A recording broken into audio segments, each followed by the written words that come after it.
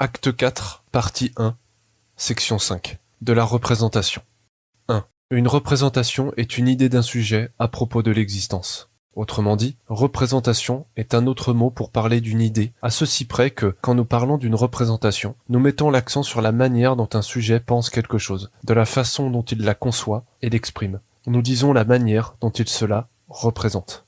En outre, il n'y a rien dont le sujet ne puisse se faire une représentation qui ne soit produit de sa sensibilité, c'est-à-dire de son rapport à l'existence. En simple, une représentation est l'existence en tant qu'elle apparaît à un sujet sous la forme d'une idée. En clair, à partir du moment où un sujet existe, celui-ci a une certaine idée de l'existence. Sa sensibilité lui donne cette existence sous forme d'image, et c'est cela que nous nommons des représentations. 2. Toute idée est une représentation. Dans la mesure où toute chose, afin d'être pensée, doit passer par la pensée, toute chose, en tant qu'elle est pensée, peut être appelée une représentation. Et comme, en outre, le sujet doit nécessairement passer par l'idée pour comprendre l'existence, qu'il ne peut la comprendre que par les concepts qu'il produit de son esprit, et que son système logique est, au fond, une systématisation d'intuition, voir partie 1, section 6, Prop 5.10, il suit de cela qu'un sujet ne peut comprendre l'existence que par une systématisation de ses idées, autrement dit, par son système de représentation. Autrement dit, le système de représentation d'un sujet exprime la façon dont celui-ci pense l'existence, de comment il la conçoit et la réfléchit. 3. Toute représentation est ultimement le produit d'une modalité d'une seule chose.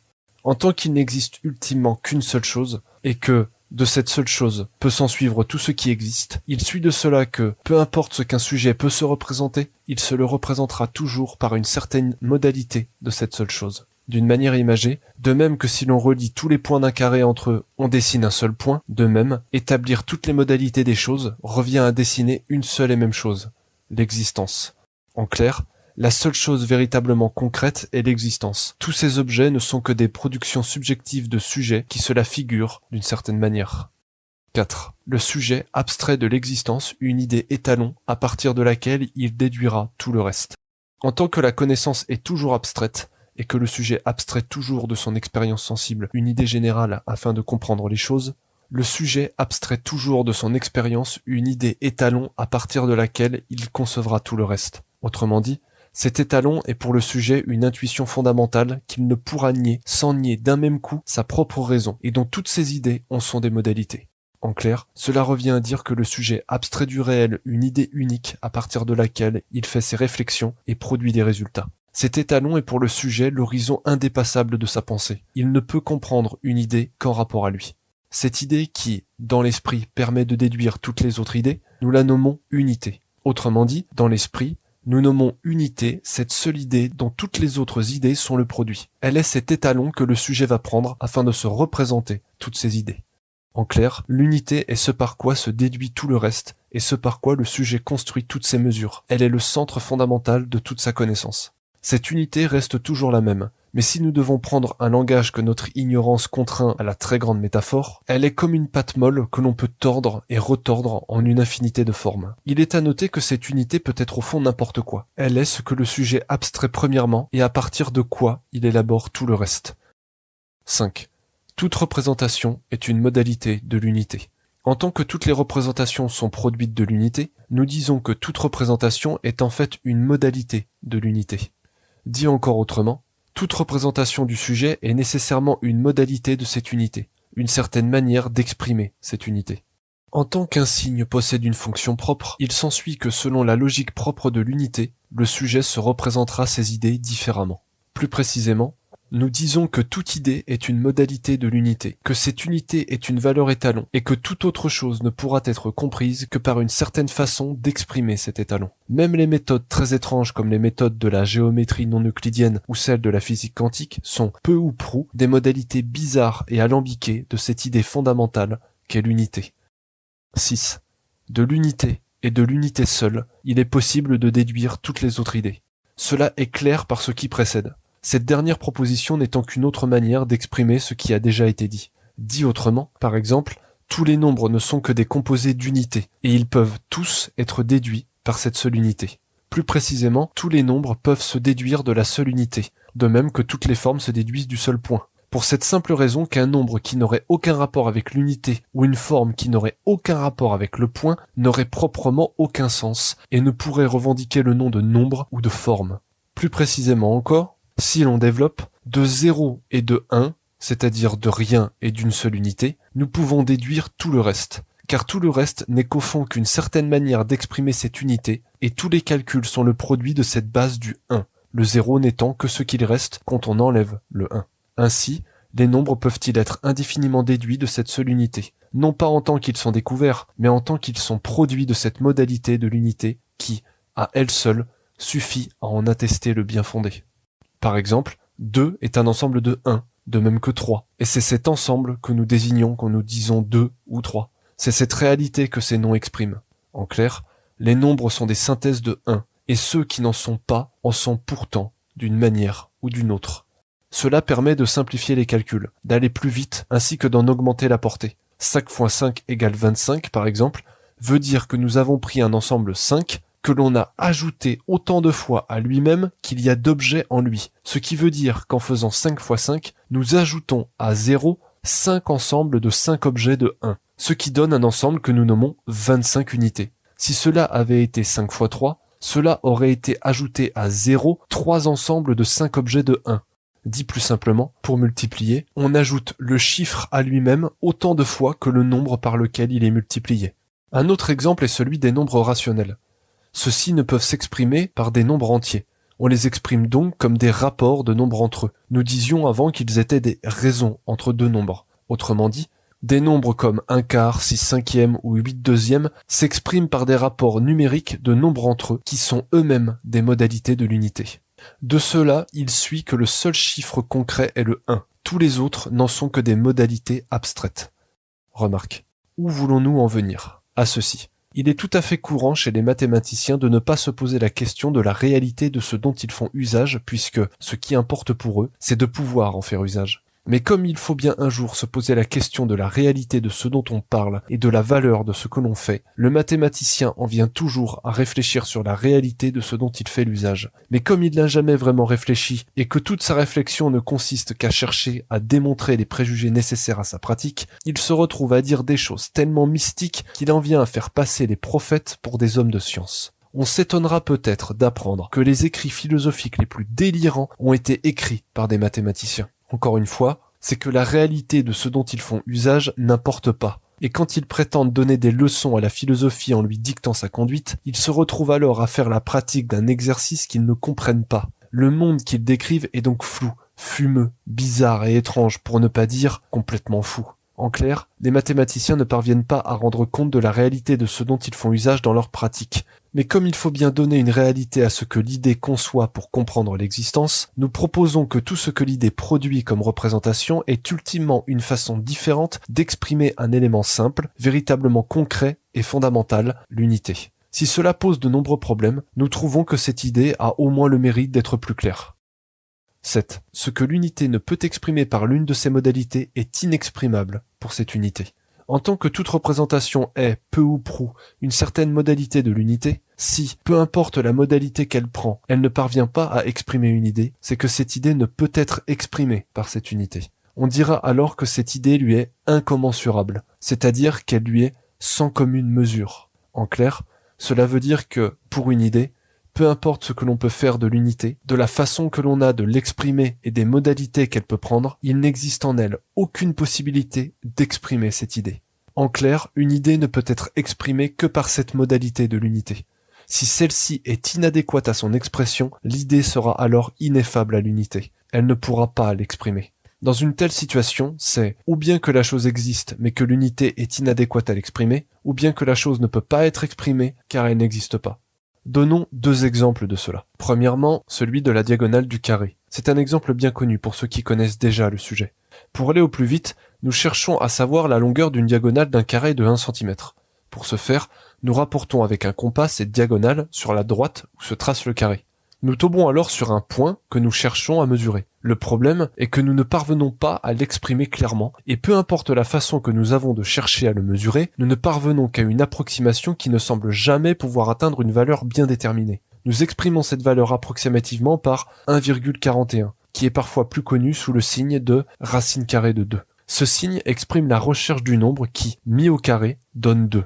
Mais cela, peu importe les rapports que nous pouvons faire prendre à l'unité, nous n'y parvenons pas. C'est pourquoi nous disons que ce nombre est incommensurable. Or, ce nombre, nous sommes bien contraints d'admettre qu'il existe, puisque nous en avons la démonstration géométrique. Ainsi, nous sommes contraints par nos propres outils à affirmer l'existence d'une chose d'où nous démontrons en même temps l'impossible expression. Nous voyons bien ce point dont la diagonale du carré a donné la position, mais nous ne parvenons pas à mesurer cette position.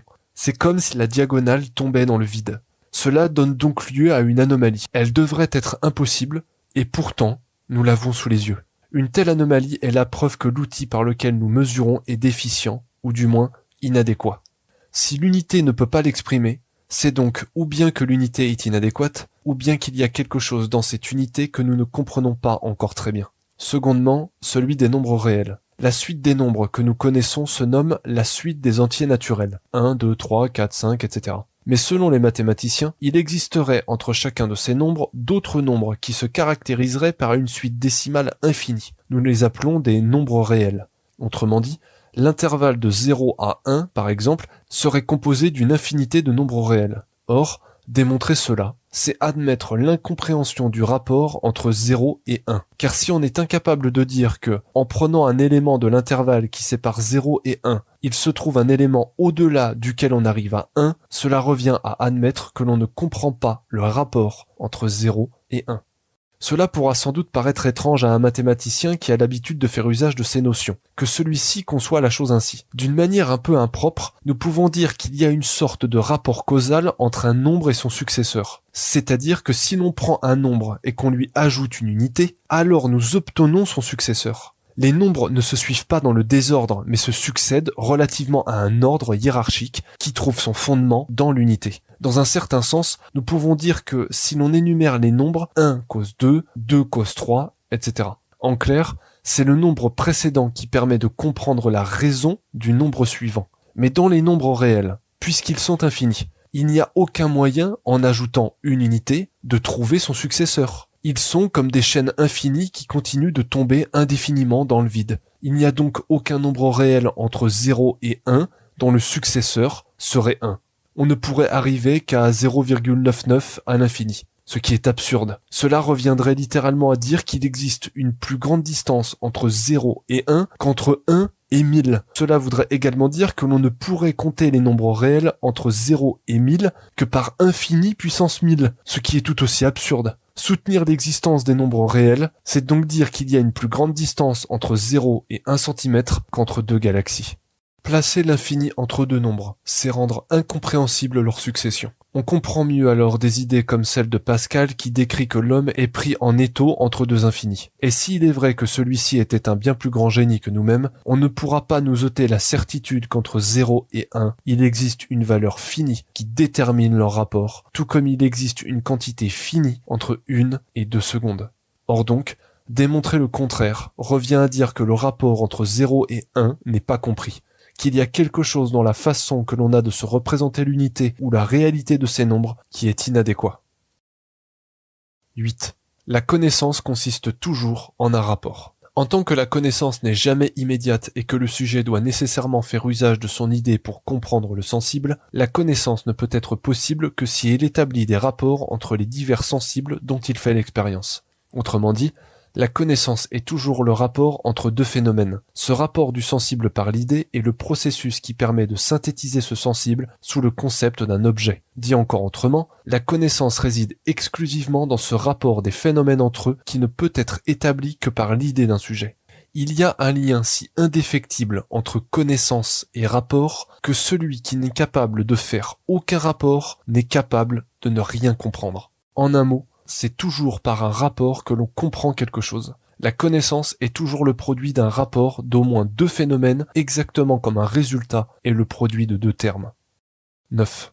Le rapport dessine la forme d'un objet. En tant que le sujet établit des rapports entre les phénomènes pour parvenir à les comprendre, le sujet va tisser des liens entre les différents éléments qui, peu à peu, viendront dessiner les formes de l'objet dont il formule le concept. Tant et si bien que, si on devait demander au sujet de nous représenter ce qu'il entend par cet objet, il nous en dessinerait la forme telle qu'il se la représente. Autrement dit, les rapports qu'une idée établit entre les phénomènes dessinent peu à peu la forme d'un objet, et c'est cet objet que le sujet cherche à exprimer par un concept. Quand il est exprimé sous forme de concept, nous parlons d'idée analytique, tandis que, lorsqu'il est exprimé sous la forme d'une figure, nous parlons plutôt d'objet synthétique. La première s'exprime formellement, par une formule, tandis que l'autre s'exprime figurativement, par une forme.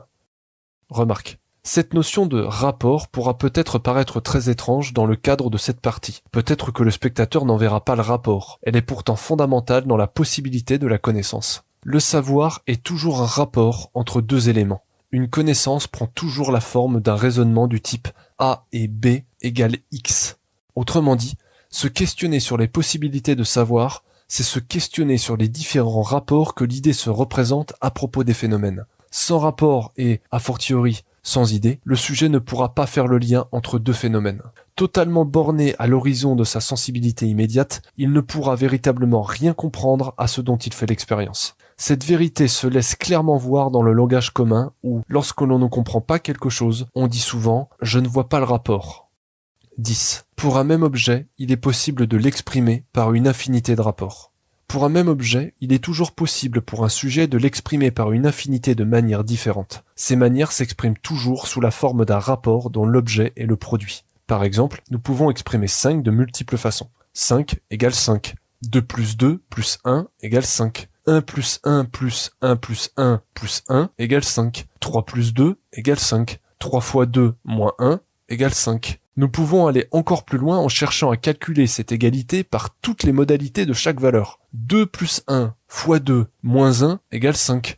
2 plus 2 plus 1 moins 3 plus 2 fois 1 plus 1 plus 1 plus 1 plus 3 fois 2 moins 1 égale 5. Et nous pouvons aller encore plus loin. 1560 divisé par 5 fois 9 fois 10 moins 280 fois 100 divisé par 8 moins 5000 divisé par 100 divisé par 5 moins 5 égale 5. Ou même encore jusqu'à une tautologie si immense qu'elle en devient ridicule. 1560 divisé par 5 fois 9 fois 10 moins 280 fois 100 divisé par 8 moins 5000 divisé par 100 divisé par 5 moins 5 plus 2 plus 2 plus 1 moins 3 plus 2 fois 1 plus 1 plus 1 plus 1 plus 3 fois 2 moins 1 moins 2 plus 1 fois 2 moins 1 égale 5. Et ainsi de suite pour tous les calculs que l'on pourra inventer et qui expriment tous exactement la même chose. Le sujet peut exprimer une même chose d'une infinité de manières qui sont toutes ultimement des tautologies et qui expriment toutes identiquement la même chose. 5 égale 5. Puisqu'un objet peut être exprimé d'une infinité de manières, il suit de cela que s'il fallait attendre de connaître la totalité des manières dont on peut exprimer un objet pour le connaître, jamais le sujet ne pourrait connaître quoi que ce soit. Remarque.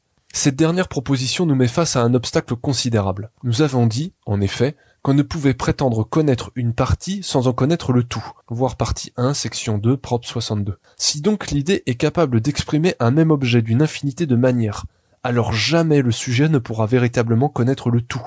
C'est dans cet embarras d'où nous chercherons à sortir par la suite. Pour l'heure, nous pouvons essayer de nous en sortir en disant qu'une idée, à partir d'éléments simples, parvient à se représenter une infinité de rapports. L'exemple du chiffre 5 que nous avons donné le montre bien. Une fois donné le 1, le sujet est capable de produire une infinité de nombres. Mais le seul qui existe véritablement est le 1. Tous les autres n'en sont que des modalités, tout comme il est possible, avec un bloc de marbre, de produire une infinité de statues. Si on nous demandait ensuite quelle est la réalité des modalités, nous répondrions que nous ne savons pas. Autrement dit, d'une manière que l'on ne parvient pas encore à expliquer, l'idée est capable de se représenter une infinité d'objets à partir d'éléments finis. En outre, il est de notre avis que ces modalités ne sont pas infinies, mais qu'elles sont tellement grandes que cela en donne l'impression.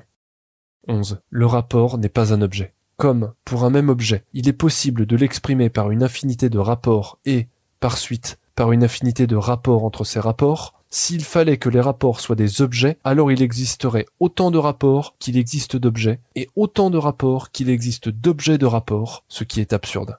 Que le spectateur essaye de se le représenter. S'il fallait que les rapports soient des objets, il faudrait considérer les ensembles comme tels. Il faudrait alors considérer comme des objets la totalité des ensembles possibles entre objets, puis la totalité des ensembles possibles entre les objets, et ainsi de suite à l'infini, ce qui est absurde. S'il est vrai que les rapports qu'établit le sujet peuvent renvoyer à une réalité, il est à proprement parler faux de dire qu'ils existent en tant qu'objet. Ce qui existe, c'est l'idée qui se représente l'existence d'une certaine façon. Mettons deux objets, X et Y. Mettons que X est plus grand que Y. Cette proposition renvoie en effet à une réalité, mais elle n'existe pas en tant qu'objet à proprement parler. Cette grandeur est un rapport établi par la comparaison que fait un sujet de deux objets. C'est pourquoi la réalité des rapports peut se réduire à la réalité de l'idée. Prenons l'ensemble des étoiles. Le sujet voit dans le ciel des points. Il relie ces points par des lignes qui dessinent ce qu'il appelle des constellations. Ces constellations sont des rapports que l'esprit se représente, mais il est faux de dire qu'elles existent en tant qu'objet. Un autre exemple est celui que Locke nous décrit dans son essai sur l'entendement humain. Citation. « Un homme, dis-je, peut avoir tous ces différents rapports et plusieurs autres dans un nombre presque infini, étant capable de recevoir autant de relations qu'on trouve d'occasion de le comparer à d'autres choses, eu égard à toutes sortes de convenances, de disconvenances ou de rapports qu'il est possible d'imaginer. Car, comme il a été dit, la relation est un moyen de comparer ou de considérer deux choses ensemble, en donnant à l'une ou à toutes deux quelques noms tirés de cette comparaison, et quelquefois en désignant la relation même par un nom particulier. » Locke, Essai sur l'entendement humain, livre 2, chapitre 25, 7. En clair, un homme peut être à la fois père, frère, fils, grand-père, petit-fils, beau-frère, beau-fils, mari, ami, ennemi, et toute condition qu'une quelconque relation à quelque chose peut produire. Il n'en devient pas pour autant autre chose à chacune de ces relations. Il reste le même, mais la relation qu'il a est une expression de la manière dont il entre en rapport avec autre chose. Un dernier exemple est d'expliquer la réalité d'un phénomène comme « le lion mange le zèbre ». Mange est ici la copule qui établit la relation entre le lion et le zèbre. Mais quelle réalité devons-nous comprendre derrière ce rapport? Si nous disons qu'un rapport est un objet, nous sommes contraints d'admettre qu'il existe un objet qui soit le mange, ce qui n'a proprement aucun sens. Mange est clairement ici une action, et non un objet qui exprime une certaine manière d'être qu'a le lion avec le zèbre. Plus précisément, les rapports sont les ligaments qui permettent à un sujet d'exprimer un objet en un même corps. En dehors de cela, il n'existe que des phénomènes éparpillés. Mais ces ligaments ne peuvent être considérés au même titre qu'un objet. Ils sont ce que l'esprit établit entre les phénomènes pour comprendre ceux-ci à titre d'objet. La réalité des rapports est donc celle de l'idée qui se représente les phénomènes d'une certaine manière. C'est pourquoi, quand nous cherchons à décrire la réalité des rapports, au lieu de parler d'objet, nous préférons parler de modalité d'existence, qui est la seule véritable chose. En un mot, le rapport n'est pas un objet, mais une modalité de l'idée qui permet de comprendre un objet unique. 12. La manière dont un sujet établit un rapport est déterminée par la condition des outils qu'il emploie pour ce faire. En tant qu'un signe, dans sa condition même, contraint à l'employer relativement à sa logique propre, de la même façon, la façon dont un sujet se représente un rapport sera déterminée par la condition de ce qu'il emploie pour ce faire. Autrement dit, un rapport est toujours établi par un instrument qui contraint à avoir une certaine façon de se représenter l'objet dont on cherche à comprendre les rapports. Pour pousser la métaphore dans les termes que nous avons déjà vus, la condition des signes dont un sujet va faire usage va contraindre celui-ci à exprimer ce qu'il dit d'une certaine manière. En clair, le rapport entre les choses est différent selon l'outil utilisé pour les comprendre. Comprendre 4 points à la règle ne sera pas la même chose que les comprendre par un compas. De même que penser une figure en 2 dimensions ne sera pas la même chose que de la penser en 3 dimensions. Les représentations changeront, quand bien même ce sur quoi se portent ces représentations resterait le même. En un mot, une représentation est déterminée par la façon dont un sujet pense quelque chose relativement aux instruments propres à sa pensée. Pour bien convaincre le spectateur de cette idée, prenons l'exemple de ces 4 points.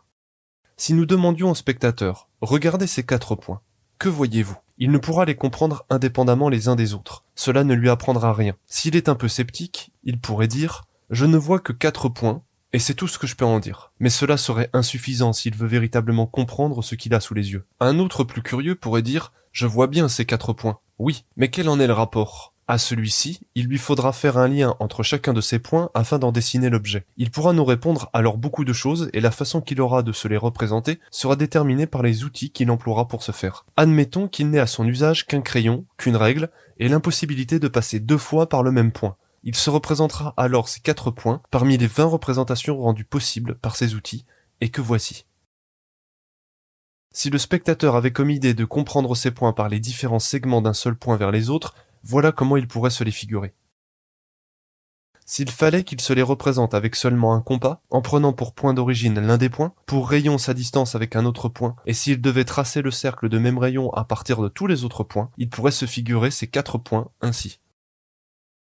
Remarque, de tout cela, que pouvons-nous en conclure? Plusieurs choses en vérité. Voyons-les dans ce qui suit. 13. D'une même chose peut s'ensuivre différentes représentations. Cela est clair par les différentes images précédentes. En tant que l'objet est en lui-même ambigu, l'objet apparaît au sujet en une multitude de possibilités que le sujet doit parvenir à discerner par son idée.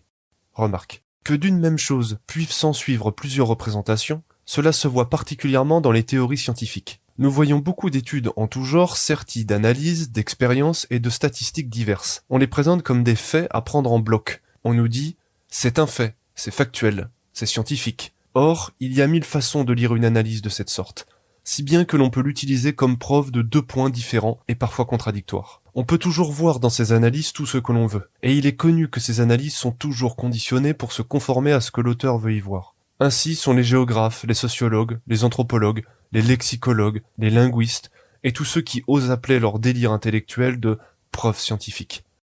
14. Toutes les représentations possibles d'une même chose ont une équivalence d'hypothèse. Autrement dit, toutes ces différentes représentations à propos d'une même chose ont entre elles une équivalence d'hypothèse. Cela veut dire que si l'on considère le phénomène simplement par les différentes idées que l'on peut s'en faire, on ne pourra jamais savoir laquelle prendre plutôt qu'une autre. C'est le progrès des connaissances qui doit uniformiser les différentes idées vers celle qui est adéquate. 15. 2 représentations peuvent avoir des formes différentes, mais exprimer la même chose. Si l'on observe le premier schéma, cela est clair en comparant les figures 5 et 11, 6 et 9, 10 et 12, 14 et 17. La forme n'est peut-être pas la même, mais il suffit d'en changer la perspective pour comprendre qu'elles expriment identiquement la même chose. C'est simplement la différence de perspective qui nous fait croire qu'elles sont différentes. Ce qui consiste en une sorte de malentendu, où l'on croit parler de choses différentes, alors que l'on parle en réalité de la même chose. 16. 2 représentations peuvent avoir la même forme, mais ne pas exprimer la même chose. Cela est clair en comparant les figures 1 et 20, 2 et 19, 3 et 18, etc. Ces figures représentent la même forme, mais ne s'expriment pas de la même façon, car la façon de les dessiner s'est faite à partir de signes différents. Ce qui constitue alors en une sorte de quiproquo, où l'on croit parler de la même chose, alors que l'on parle en réalité de choses différentes. 17. Il existe une identité du phénomène indépendamment des représentations à son propos. Il suit des schémas précédents que, peu importe comment un sujet peut se représenter un phénomène, ce phénomène reste le même indépendamment de comment le sujet se le représente. Autrement dit, il existe une identité du phénomène indépendamment de la multitude des représentations possibles par lesquelles on peut le comprendre. Dit encore autrement, le phénomène est constitué de telle manière qu'il ne permet pas d'être exprimé par des représentations qui ne lui correspondent pas. Cela revient à dire qu'il existe quelque chose de stable, qui reste fixe, indépendamment des représentations qu'un sujet peut s'en faire. Et c'est cette chose stable et fixe dont les phénomènes manifestent la réalité que les représentations doivent rendre pour être appelées adéquates. Il suit de cela qu'un même objet rend possible un ensemble de représentations différentes par lesquelles un sujet peut se les représenter. Mais malgré toutes ces représentations, l'objet reste identiquement le même. De cela, il suit qu'un sujet projette sur les objets la somme de ces représentations. En un mot, le sujet considère comme objet ce qui en est les représentations qu'il se fait à son propos. De ce qui précède, il s'ensuit qu'un rapport ne peut pas être un objet, mais qu'il est toujours une discrimination théorique d'une modalité de l'objet qui, ultimement, est un et un seul.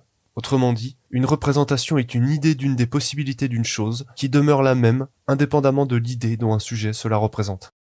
18. L'idée vient établir un rapport d'identité entre le phénomène et le concept auquel il le rapporte pour le comprendre. Autant qu'un sujet voit un phénomène qu'il assimile à un concept afin de le comprendre, en faisant cela, le sujet crée un rapport d'identité entre le phénomène et le concept auquel il le rapporte, de telle manière que, en voyant l'un, il pense immédiatement à l'autre, comme si les deux étaient identiquement la même chose. Par exemple, si un sujet voit une pomme, il ne dira pas « j'ai l'impression de voir ce phénomène comme étant la représentation que j'ai du concept de pomme », mais « je vois une pomme ». De même pour des mots comme injustice, infection, agression, guerre, amour, etc. Un sujet appelle une chose ainsi car il la définit comme il se la représente, et c'est la façon dont il se la représente qui lui permet de la reconnaître parmi les phénomènes.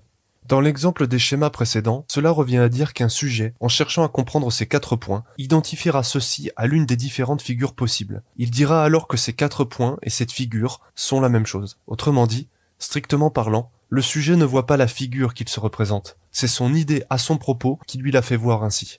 Il est donc strictement faux de dire « j'ai l'idée de ceci Donc ceci est un fait. À strictement parler, ce que le sujet voit, ce qui est le plus proche de ce que l'on nomme un fait, ce sont seulement 4 points. Ce sont ces points qu'il va chercher à comprendre ensuite en tissant des rapports entre eux, c'est-à-dire en se les représentant d'une certaine manière.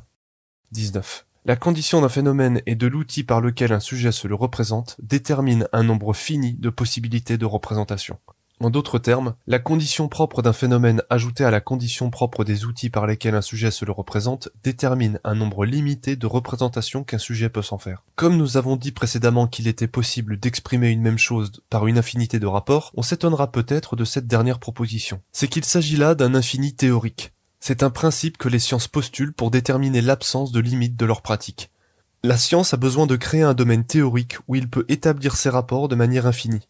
Mais il ne s'ensuit pas qu'il existe une infinité de rapports. L'objet est constitué de telle manière que l'on ne puisse pas se le représenter d'une façon qui soit radicalement différente de la façon dont il est constitué. Autrement dit, les outils par lesquels un sujet se représente un phénomène, ainsi que la condition même de ce phénomène, ouvrent au sujet une limite de possibilités par lesquelles il peut se le représenter. Une fois cette limite atteinte, tout ce qu'il pourra faire est de redire ce qu'il a déjà dit d'une autre façon. Il tournera en rond sur les sentiers qu'il a déjà parcourus. En clair, il existe plusieurs façons d'exprimer la même chose. Et si l'on peut effectivement continuer indéfiniment d'exprimer la même chose de différentes façons, il vient un moment où on arrive à redire les mêmes choses d'une autre façon. En un mot, toutes ces différentes façons qui expriment la même chose sont équivalentes. Par exemple, dire « voici un quadrige » ou « voici un char à 2 roues tiré par 4 chevaux », c'est dire exactement la même chose. De même, 4 équivaut à 2 plus 2, bien que ce soit 2 formes différentes. Autrement dit, si nous n'avions pas le moyen d'exprimer 4 pour une quelconque raison, nous pourrions l'exprimer autrement par 2 plus 2. Pour ceux qui sont plus adeptes de logique, nous avons le même cas dans différentes situations. Par exemple, dans le cas de A ou A et B égale A, cela veut dire littéralement que A ou A et B revient à dire que l'on a A. Autrement dit, dire A ou A et B égale A est équivalent à dire seulement A. En cela, on démontre que A ou A et B et A et A ou B sont équivalents à A, car elles ont la même valeur de vérité. On peut donc substituer un énoncé à l'autre en conservant la même valeur de vérité. En logique, on dit qu'ils sont identiques. En simple, la manière de le dire est différente, mais ils disent ultimement la même chose. Le sujet choisit simplement une manière plutôt qu'une autre, selon l'intention qu'il souhaite mettre dans sa façon de l'exprimer. On touche alors au domaine de la rhétorique. Il suit de tout cela qu'un objet offre un ensemble fini de possibilités de représentation. Et si ces possibilités de représentation peuvent être nombreuses, l'objet ne peut pas être plus que cet ensemble fini. Voir partie 2, section 3, de l'essence. Remarque. Comme nous avons pu le dire, il est de notre avis que dans une existence étendue, l'infini ne peut exister. C'est simplement la quantité sans commune mesure avec la condition d'un sujet qui lui la fait voir infinie. C'est pourquoi nous préférons plutôt parler d'indéfini. Cela veut dire que quelque chose se maintient et se continue d'une manière dont on ne parvient pas à déterminer la fin. Si l'on prend une partie d'échecs par exemple, si on ne fixe pas toute une série de règles qui déterminent sa conduite et si, fondamentalement, on n'a pas un but vers lequel tendre, la partie peut se continuer de façon indéfinie. Mais il ne s'ensuit pas que les coups d'échecs soient infinis. Pour reprendre un exemple que nous avons déjà utilisé, ce serait pareil à une machine qui tournerait à vide, car elle ignorerait elle-même ce qu'elle doit trouver. Elle ne peut donc rien trouver, elle ne fait qu'opérer une suite de calculs, indéfiniment. L'indéfini est donc toujours le produit de l'ignorance. Il nous indique qu'il nous manque encore quelque chose pour pouvoir déterminer la fin de ce que nous cherchons à comprendre. Ce qui revient à dire que, sans idée précise de ce qu'un sujet cherche à trouver, il se perdra forcément en une infinité de représentations différentes et se retrouvera ultimement à tourner en rond sur ce qu'il a déjà dit. 20. Toutes les représentations tendent vers le même point. En tant qu'un objet possède un nombre fini de représentations possibles, il suit de cela que toutes les représentations que des sujets pourront s'en faire tendront vers le même point ou, à tout le moins, vers un nombre restreint de points communs qui expriment une même chose, la réalité de l'objet dont ils sont les représentations. Autrement dit, chaque représentation ne sont pas des vérités uniques fermées sur elles-mêmes, mais ont toutes en elles une partie adéquate de l'objet. En un mot, si certaines peuvent être fausses, elles ont toutes en elles une part de vérité qui, si on cherche à l'extraire, fait tendre toute représentation vers le même point. De cela, nous donnerons un exemple. Au début du XXe siècle, Jean Perrin fit 13 expériences différentes afin de prouver l'existence de l'atome. Peu importe les détails. Ce qui importe ici est que ces 13 expériences furent faites par 13 modèles scientifiques d'idéologies différentes qui n'avaient rien de commun. Elles n'avaient aucun présupposé en commun, et ces 13 idéologies différentes arrivèrent à la même conclusion. En somme, il était impossible qu'un même résultat produit par 13 idéologies différentes n'exprime pas quelque chose de réel qui subsiste indépendamment des représentations. En d'autres termes, bien que ces idéologies exprimaient ce quelque chose de manière différente, elles exprimaient en fait la même chose. 21. Les concepts d'un sujet déterminent ses représentations. En tant que l'idéologie est ce par quoi un sujet voit l'existence, et que le sujet discrimine l'existence en objet, le sujet a nécessairement besoin de concepts qui déterminent les représentations qu'il se fait des objets. Autrement dit, si ces concepts expriment des objets, certains d'entre eux expriment quelque chose de plus fondamental qui détermine la manière dont il va se représenter les objets. Pour ainsi dire, ils sont comme le plan sur lequel le sujet va tracer des figures, ou la dimension par laquelle il va comprendre les objets. En un mot, ces concepts sont pour le sujet des conditions qui lui sont nécessaires pour comprendre les phénomènes et qui déterminent ces représentations. Il suit de cela que toute idée est nécessairement déterminée par les conditions de représentation propres à un sujet. L'expérience Picasso nous apprend beaucoup sur cette vérité. Cette expérience consiste à demander à des enfants de reconstituer un visage humain avec les éléments qu'on leur donne. Tous ces enfants étaient des jeunes en difficulté avec des troubles et avaient tous, à un moment ou à un autre de leur enfance, vécu des traumatismes qui avaient impacté, déréglé ou empêché l'apprentissage de catégories de représentation qui sont des plus évidentes pour un sujet adulte normalement constitué. On vit alors que beaucoup de ces enfants étaient incapables de différencier le nez de la bouche, qu'ils mettaient l'un à la place de l'autre, que certains ignoraient même qu'ils avaient un dos, qu'ils ne se représentaient pas certaines parties de leur corps, qu'ils n'avaient pas la notion du temps, qu'ils ne parvenaient pas à comprendre le rapport de cause à effet et que, en général, leur représentation de l'existence était complètement déconstruite en un amas de formes chaotiques particulièrement angoissantes. Tant et si bien que, lorsqu'ils voyaient un individu, il était difficile de dire ce que ces enfants pouvaient en voir. Certainement une sorte de visage difforme et cassé, et qui leur rendait impossible à comprendre des choses simples, comme les expressions faciales par exemple. D'autres expériences du même type ont été réalisées, et ce qu'il en ressort toujours est que des notions comme le corps, le temps, ou même la causalité, ne sont pas des concepts innés à la condition même de l'esprit, mais résultent tous d'un effort d'un sujet qui, par la pensée, produit des concepts qui lui permettent de lire ce qui se présente à lui.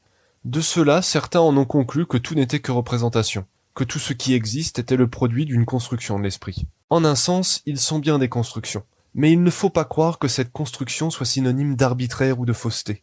Nous ne disons aucunement que ces concepts sont des constructions libres, que l'existence est ce qu'en fait l'esprit, ni que celle-ci peut changer par libre décret de l'esprit. Nous disons simplement que ce type de concept doit être impérativement formulé par un sujet s'il veut pouvoir vivre. Tout simplement car ces concepts renvoient bien à quelque chose de réel que l'esprit cherche à comprendre et sans lequel il ne peut rien comprendre. Ce sont bien des choses réelles, mais leurs concepts ne sont pas innés à l'esprit. Celui-ci doit donc passer par un long travail de conceptualisation pour pouvoir les formuler et se représenter les objets relativement à ces concepts. Nous ne disons donc pas que l'idée produit l'objet. Nous disons que le corps intuitionne un phénomène, que le sujet va chercher à exprimer clairement sous la forme d'un concept qui va déterminer sa représentation. Mais il y a bel et bien un lien entre le réel et ce que s'en représente un sujet. En clair, si le sujet peut se représenter d'un même objet beaucoup d'idées, il ne peut se représenter n'importe quoi. Et s'il continue de parfaire ses représentations, il finira par atteindre la connaissance de ce dont il se représente. 22. La vraisemblance d'une idée est déterminée par les conditions de représentation d'un sujet. Autrement dit, un sujet se représente toujours quelque chose relativement à un outil qui, de par sa condition propre, détermine le sujet à avoir une certaine représentation. En outre, cet outil peut être quelque chose de très large, comme un plan, une dimension, une langue ou une certaine façon de penser. Ce que le sujet considère comme vraisemblable sera donc déterminé par la façon dont il pense, par les conditions par lesquelles il se représente quelque chose. Voir partie 2, section 5, du sujet. Par exemple, c'est une vérité considérée comme nécessaire que, si nous avons deux droites parallèles et qu'une autre est perpendiculaire à l'une, alors elle l'est aussi à l'autre. Cela est vrai sur un plan en 2 dimensions, mais pas nécessairement sur un plan en 3 dimensions, car il se peut qu'une droite passe par une première droite sans qu'elle passe par la seconde. En voilà la preuve. Perspective 1. Perspective 2. Perspective 3. Nous voyons dans ces différentes images que si deux droites sont parallèles, une sur un axe X et l'autre sur un axe Y qui se trouve derrière X, si une droite P est sécante en angle droit à la droite X, elle ne passera pas forcément par Y. De même, l'idée que la distance la plus courte entre deux points est une droite reliant ces deux points est vraie sur une courte distance, mais fausse à partir du moment où l'on touche à des distances de plusieurs milliers de kilomètres. Tout simplement car le plan d'une planète n'est pas le plan parfait de la géométrie euclidienne. Remarque, de tout ce qui précède, il s'ensuit que la représentation d'un sujet est déterminée en 3 temps. D'abord par la condition même de l'objet, ensuite par les conditions du sujet qui se le représente, enfin par les conditions des outils par lesquels ce sujet se le représente. Voir partie 2, section 5, du sujet. Fin de la section 5.